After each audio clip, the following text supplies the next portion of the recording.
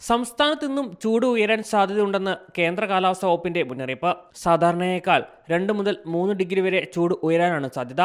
പകൽ 11 മണി മുതൽ 3 മണി വരെയുള്ള സമയത്ത് നേരിട്ട് ശരീരത്തിൽ കൂടുതൽ സമയം തുടർച്ചയായി സൂര്യപ്രകാശം ഏൽക്കുന്നത് ഒഴിവാക്കാൻ ഇതിന്റെ ഭാഗമായി നിർദ്ദേശം നൽകുന്നു.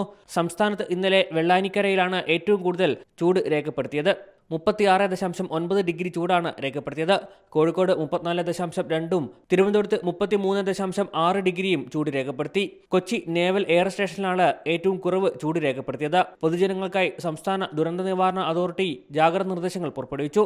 ഉയർന്ന ചൂട്, സൂര്യാഘാതം, സൂര്യതാപം, നിർജ്ജലീകരണം തുടങ്ങിയ ഗുരുതരമായ ആരോഗ്യ പ്രശ്നങ്ങൾക്ക് കാരണമാകുമെന്നും അതുകൊണ്ട് പൊതുജനങ്ങൾ ജാഗ്രത പാലിക്കണമെന്നും നിർദ്ദേശം നൽകിയിട്ടുണ്ട്.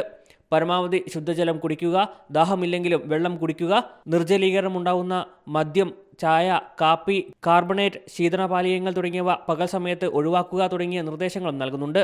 ചൂട് അധികമാകുന്ന സാഹചര്യത്തിൽ കാട്ടുതീ വ്യാപനത്തിനുള്ള സാധ്യതയുമുണ്ട്. വനമേഖലയോട് ചേർന്ന് താമസിക്കുന്നവരും വിനോദസഞ്ചാരികളും ജാഗ്രത പാലിക്കണമെന്ന നിർദ്ദേശവും നൽകുന്നുണ്ട്. C Malayalam news, Thiruvananthapuram. പുതിയ വാർത്തകളും വിശേഷങ്ങളും ഇനി വിരൽ തുമ്പിൽ. എല്ലാ ഡിജിറ്റൽ പ്ലാറ്റ്ഫോമുകളിലും ഇപ്പോൾ സി മലയാളം ന്യൂസ് ലഭ്യം.